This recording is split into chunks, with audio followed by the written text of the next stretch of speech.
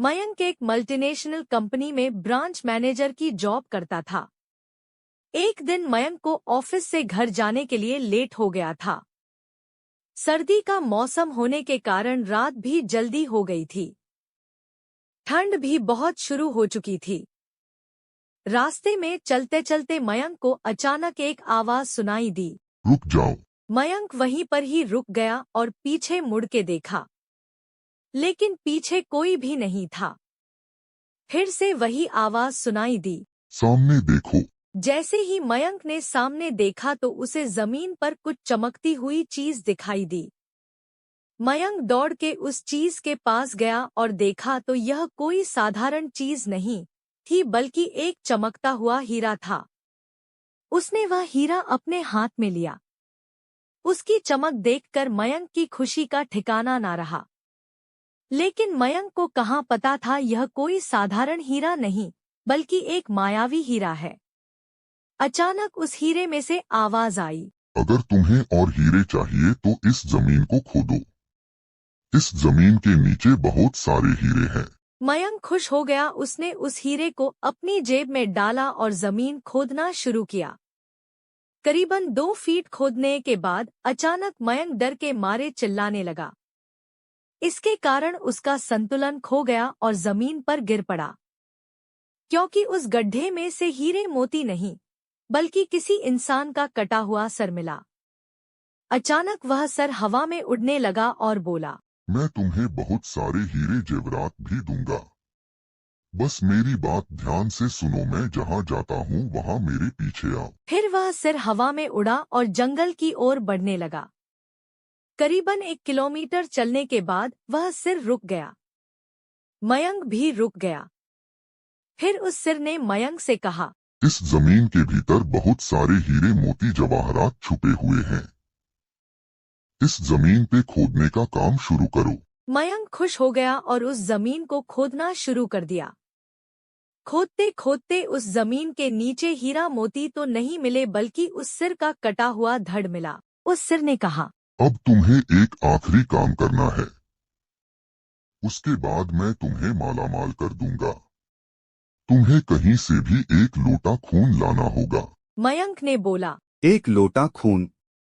पर मैं 1 लोटा खून कहाँ से लाऊंगा?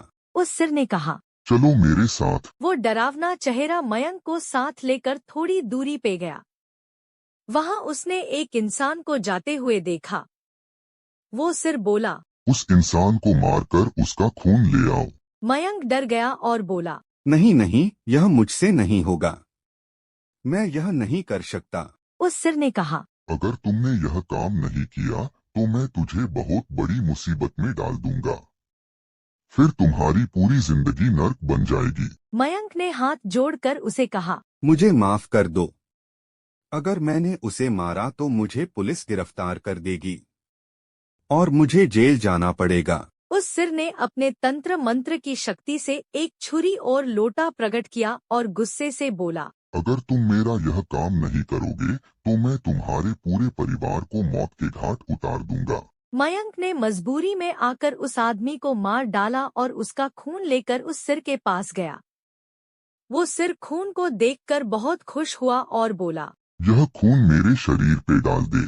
उस सिर के कहने पर मयंक ने खून को उसके शरीर पे डाल दिया।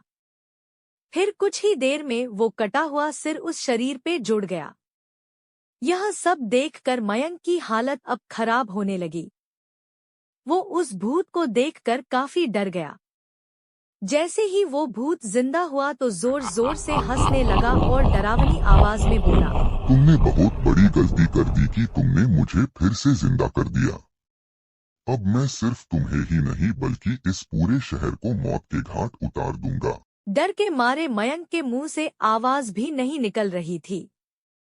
वो अपने जान बचाने के लिए वहां से दौड़ा, लेकिन उस भूत ने छलांग लगाकर मयंक को जमीन पे गिरा दिया और बोला, मुझे बहुत भूख लगी है, अब मैं तुम्हारा मांस खाऊंगा।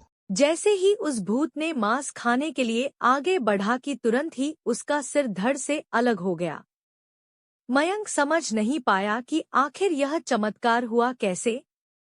जब मयंक ने पीछे मुड़कर देखा तो एक अघोरी बाबा खड़े थे। उस अगोरी बाबा ने कहा, जब तुम उस आदमी को मारकर उसका खून ले जा रहे थे तभी मैंने देख लिया था और समझ गया कि कुछ तो बुरा होने वाला है।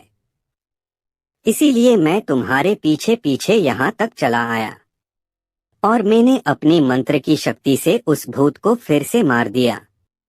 अब तुम निश्चिंत होकर अपने घर जाओ। अब तुम पर कोई खतरा नहीं है। आज भी मयंक उस बात को याद करता है तो उसकी रूह तक कांपने लगती है।